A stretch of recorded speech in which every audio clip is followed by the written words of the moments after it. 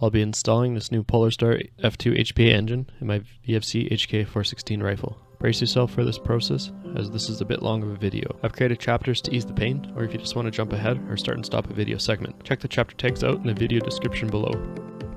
In the box, we start with the FCU and ETU. For the Polarstar F2 engine or fusion engine, you see they highlighted that it should be set to FC/FE mode. Take note of this for later. Then there's a bonus sticker and a product manual card that can be scanned for instructions. But hey, what do you need that for? Just keep watching this video. Flipping the engine over, they have the FCU wiring harness and the integrated grip line.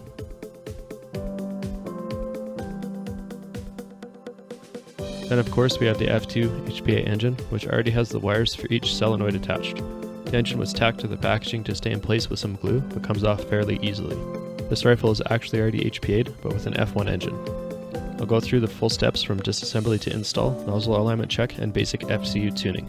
I wanted to install the F2 to get the advantages of the dual solenoid and to get better shot consistency at range with a closed bolt engine design instead of an open bolt design like the F1. We'll start by taking off the buttstock and pulling out the old FCU. The FCU and ETU of the F1 and F2 engines are actually the exact same, so either can be used. You can go in almost any order for rifle disassembly, but the next I popped the body pin off the front and separated the upper and lower receivers. You can now set the upper receiver aside. With the long screwdriver, reach in the buffer tube and unscrew the buffer tube screw. Pull out the buffer tube, taking care not to snag the wiring harness. Also remove the sling plate and set that aside. Take the two grip screws off. If you're working on an AEG, you'll also have to take the motor base plate off and pull the motor out first as extra steps. Once the grip is off, pop the pin out for the bolt catch. You may have to press down on the bolt catch from the opposite side, depending on the gearbox design, so that the bolt catch actually releases. With a small punch or screwdriver tip, hammer out the small body pin near the trigger. Then take the mag release off. For this particular mag release design, you have to fully depress it and then unscrew the mag catch arm from the opposite side. Make sure you do this step after your bolt catch is off, otherwise your mag release arm won't be able to spin and unscrew. As I take parts off, I typically like to screw them back together if possible to avoid losing track of the small pieces. Next, pop the rear body pin and pull the gearbox out. Usually when I punch body pins out, I like to use nylon punch set to avoid damaging the finish.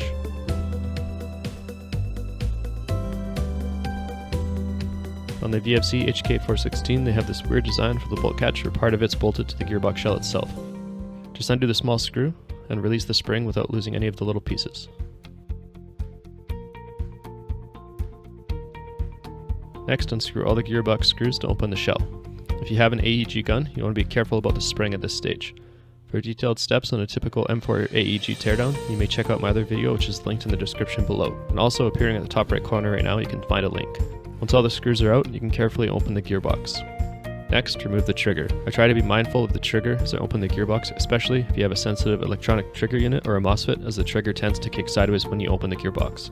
For this gun, I'll be removing all the old F1 parts to demonstrate fully how to reinstall with the F2 engine and all the new F2 parts. Remove the trigger stop screw and then drop the trigger stop down from the gearbox shell. I like to reassemble the trigger stop to keep all the tiny parts together. I'll remove the old F1 engine, and for now I just laid it aside to first pop off the selector plate. When you remove the selector plate, be very careful not to damage the little switch on the back of the Polarstar ETU. Undo the wiring harness leads from the ETU.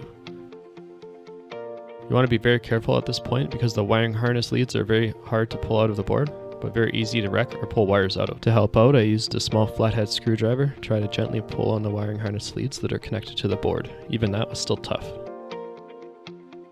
Unscrew the ETU board and remove it. Careful not to damage the microswitch at the back of the board. Now let's set the old parts and the gearbox shell aside. I'm going to take my amped, braided, integrated grip line off my F1 for use on my F2 engine, so I'm not stuck using the cheap stock grip line. Comparing the F1 and F2 side by side, you can physically tell a few differences. The F2 is noticeably longer than the F1. The F1 has a plastic nozzle and the F2 has an aluminum nozzle. And also the F2 has two smaller solenoids compared to the larger single solenoid of the F1 engine. You'll also notice that the F2 nozzle has a spring on it and it can always be projecting outwards, while the F1 nozzle will go in or out and stay wherever you leave it. There's no spring as it's an open bolt engine. The F2 engine comes with both an ETU and FCU, which are electronic trigger unit and fire control unit. These are two separate components. Some systems combine these into one, like the Gate Titan. When opening the FCU, be careful not to cut its wires. When you handle and fit the ETU, you also want to be careful of the switch on the back for the selector. It's a very fragile mechanical switch. The first step is to mount the ETU, but if you're converting an AEG, don't forget to first and clean the entire gearbox shell and make sure it's free of grease and grime before mounting anything new into the shell. You want to make sure that the cutout window in the gearbox has sufficient clearance to not obstruct the ETU and the switch on the back of it before you put it down.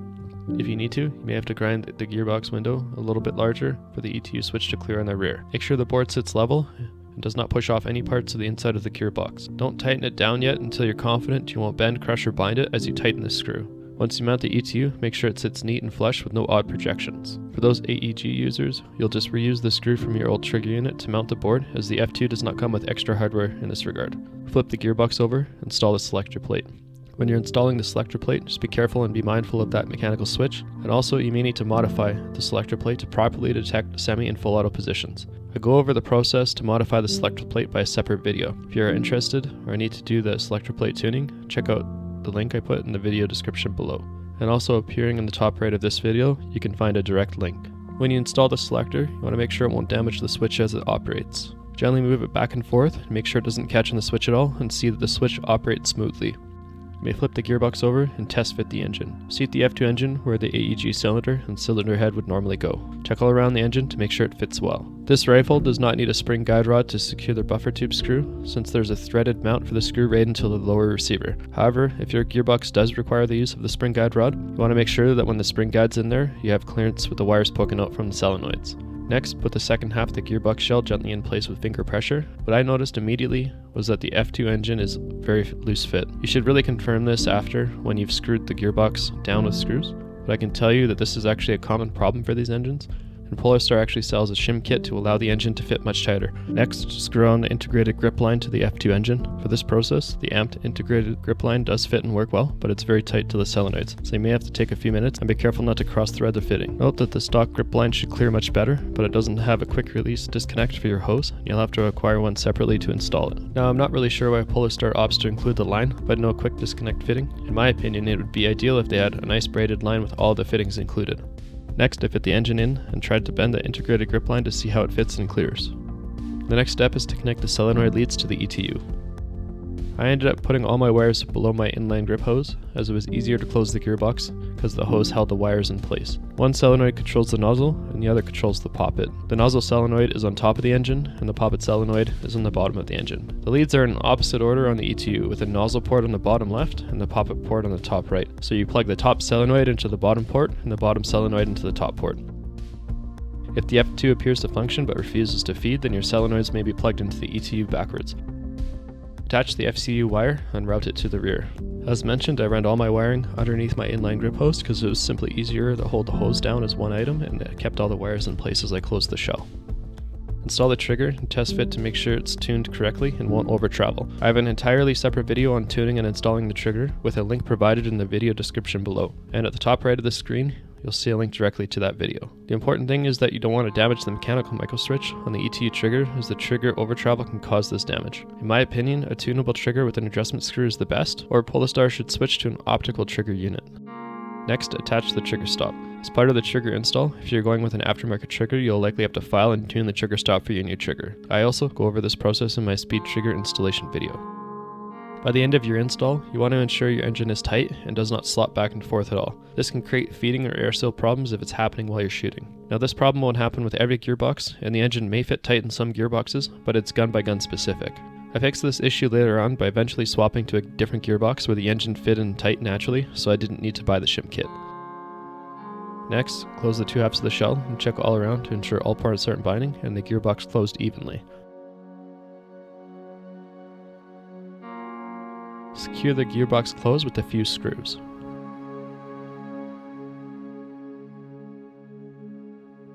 To turn on and check the FCU settings, just plug in a small 7.4 LiPo battery.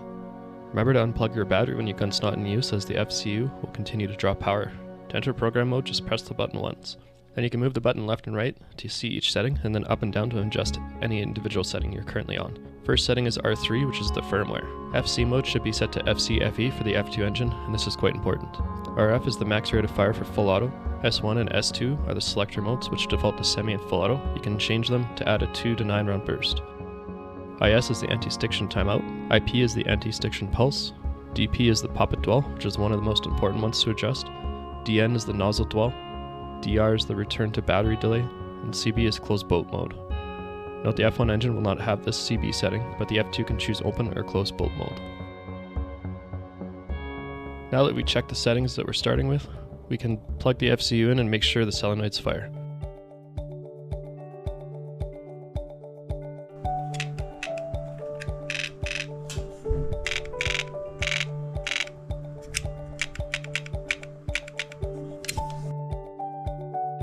When the FCU says fire, that means it's detected a trigger pull. Let's plug the engine into the airline now and test fire to check that there's no obvious big leaks. Just do a quick audio check to see if anything is hissing. You may not have unscrewed your inline grip, or there could be a leak coming from the engine itself. You can just test fire to make sure that everything appears to function normally.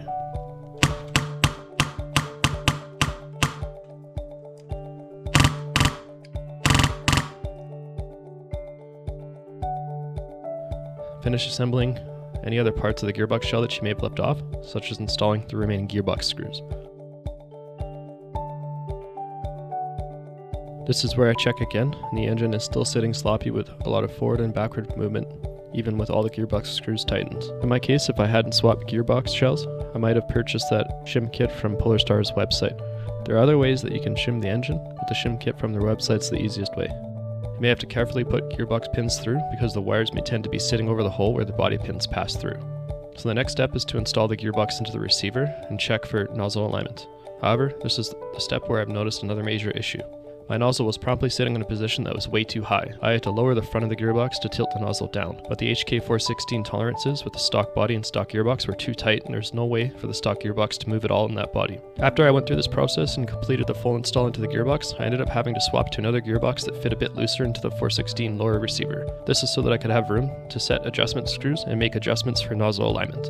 Now we can move on to nozzle alignment. It's really hard to demonstrate the full process of nozzle alignment on video because it requires you to look clean down your barrel with good light. Your main goal is to achieve a centered nozzle position for best air seal, feeding, and consistency in chambering the next BB into the bucking. This will give you the most consistent FPS and the most consistent feeding and accuracy downrange. Your first step is to make sure your engine's unplugged and disconnected from air for safety reasons. Then shine a light down the barrel and look to see the position of the nozzle. Take note if it's up, down, left, or right. To correct side-to-side nozzle alignment, I find the easiest way is just to use one of the gearbox screw holes and instead just install set screws on each side with Loctite in place. This can let you fine-tune left and right alignments of your nozzle. What I did was I used white paint pen to mark the depth of the screw that I needed exposed so that I could re-screw them in consistently each time. I took the screws out and added a bit of blue Loctite for good measure and then re-screwed them into the depth of the white paint mark.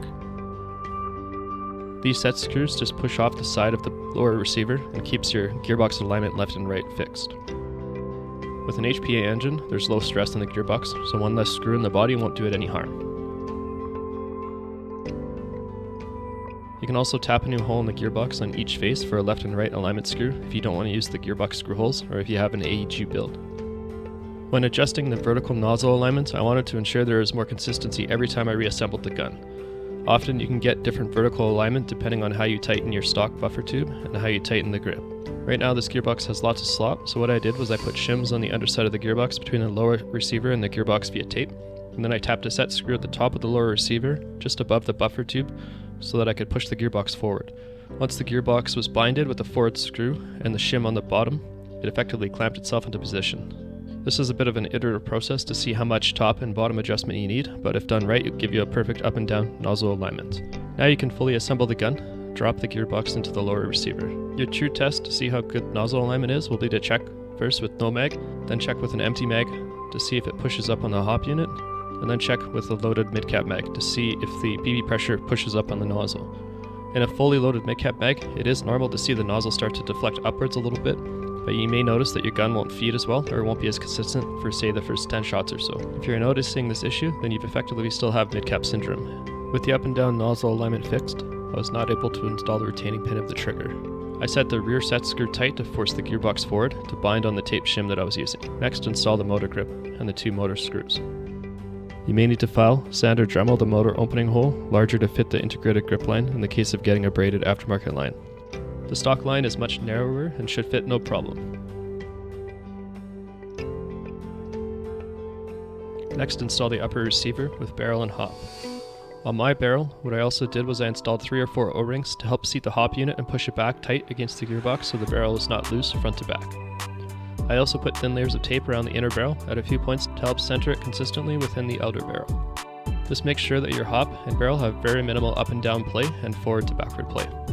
As a good test, when you push your mag into the mag well with your gun fully assembled, there should be a very limited amount of movement of your hop, if any at all. If your hop moves a lot with your mag, then any pressure or slop in your mag may affect feeding and accuracy of your shots and how BBs are chambered. Off screen, I finished the reassembly, including the mag catch and the bolt catch or any other miscellaneous parts.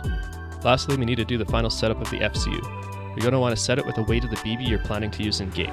For me, I'm using 0.32 gram BBs. The main setting on the F2 is to adjust the Poppet dwell setting. This setting controls the Poppet solenoid and the length of time air is pumped out, or basically this determines your air volume. The tuning of your Poppet dwell is equivalent to an AEG when you're tuning your cylinder port to barrel volume ratio, and you want to ensure you're not over-voluming or under-voluming your barrel. An optimal Poppet dwell will result in a consistent FPS between rounds while using the least amount of air possible at any given pressure setting to achieve the FPS you're after. The process begins by first adjusting your tank pressure based on the FPS you want to achieve. To do this, what you do is set your Poppet dwell pretty high or as rate to maximum, and then make sure your tank regulator is set to the pressure that gives you about the FPS you want to achieve. The reason you set your dwell to maximum at the start is because you're essentially over-voluming your barrel. In this state, your FPS will be super consistent, but your accuracy might be shit. With max dwell, the FPS will also be the peak value possible given all other settings unchanged, and this FPS will be close to the peak FPS achieved at your lower but more optimal dwell setting. Next, we start with a very low dwell, fire 5 to 10 rounds recording each round FPS, and then looking at the average of each set of rounds thereafter.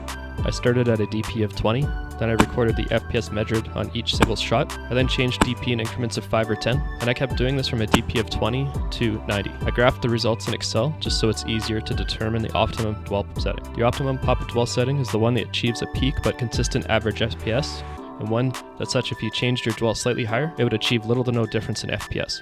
But if you went a little lower, you'd see a big inconsistency in FPS and also a drop in average FPS. Graphing this out really makes that point easy to find. As mentioned, I chronoed at dwells ranging from 10 to 90 in increments of 10, or you could see around the 25 to 40 range, which I found was the sweet spot. I lowered that to increments of 5. I recorded the average FPS of 10 shots, and then I also plotted the maximum and minimum variance, which are the orange is maximum FPS and the purple is the minimum FPS at any given dwell setting from that 10-shot group. This lets you see the variability and consistency in your FPS for any given dwell setting. You see the break point where there's significant improvement was at DP of 25. I decided to choose 35 to 40 because the variance between max and min started to converge a bit better. And that's it for the basic FCU setting. Just make sure that you set your DP back to your ideal range, so for me I chose 35. If you're having other issues like feeding or first run firing, you can consider checking the settings on DR, DN, IP, and IS. Check Polarstar's website and guides for details.